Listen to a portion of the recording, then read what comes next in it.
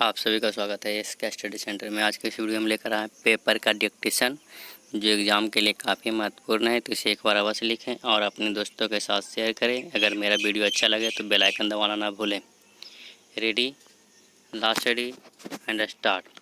Covid महामारी की दूसरी लहर के दौरान ऑक्सीजन संकट को लेकर मचे हाहाकार पर सुप्रीम कोर्ट की ओर से गठित समिति की यह रिपोर्ट अवाक कर देने वाली है कि दिल्ली सरकार ने अपनी ज़रूरत से 4 गुना ज़्यादा मेडिकल ऑक्सीजन की मांग की थी।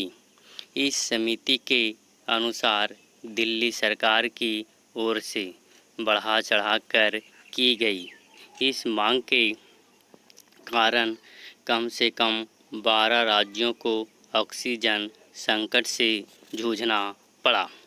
हैरानी नहीं कि कई कोरोना मरीज इस संकट की भेंट भी चढ़ गए हों, क्योंकि अन्य राज्यों के हिस्से की ऑक्सीजन में कटौती करके दिल्ली को दी गई। सच जो भी हो, यह एक किस्म का आपराधिक कृत्य है कि कोई राज्य सरकार एक ऐसे समय जीवन रक्षक ऑक्सीजन की 4 गुना अधिक मांग करे जब देश में हर कहीं उसकी कमी हो। विडंबना यह रही कि दिल्ली सरकार यह मांग तब तक करती रही जब तक केंद्र सरकार ने ऑक्सीजन खपत का ऑडिट कराने की पेशकश नहीं की।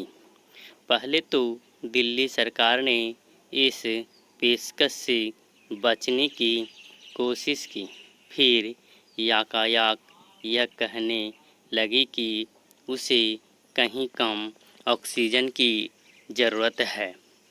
इससे तो यही लगता है कि जानबूझकर ज़रूरत से ज़्यादा ऑक्सीजन की मांग की जा रही थी। आखिर इसका क्या मकसद हो सकता है?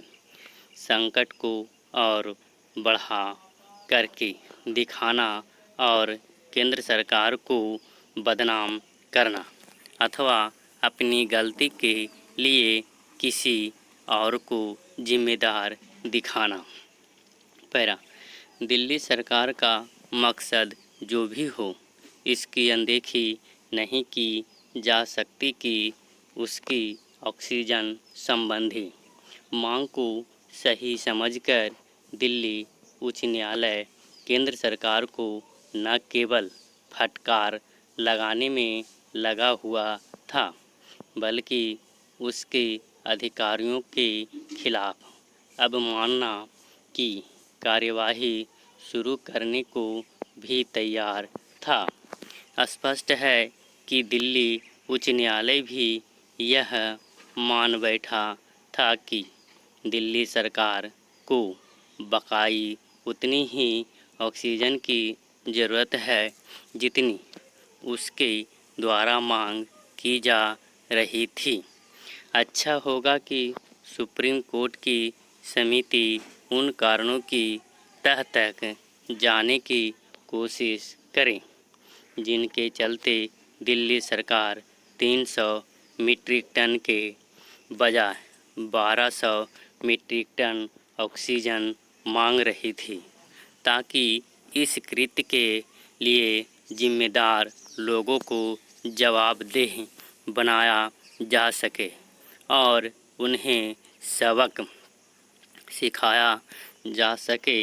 यह इसलिए आवश्यक है क्योंकि दिल्ली सरकार अपनी भूल स्वीकार करने के बजाय बहाने बनाने के साथ यह साबित करने की भी कोशिश कर रही है कि ऐसी किसी रिपोर्ट का बावजूद ही नहीं जिसमें यह कहा गया है कि उसने ज़रूरत से कई गुना ज़्यादा ऑक्सीजन की मांग कर अन्य राज्यों के समक्ष संकट खड़ा किया। इस मामले से खुद केंद्र सरकार को भी आगे के लिए सबक सीखने होंगे।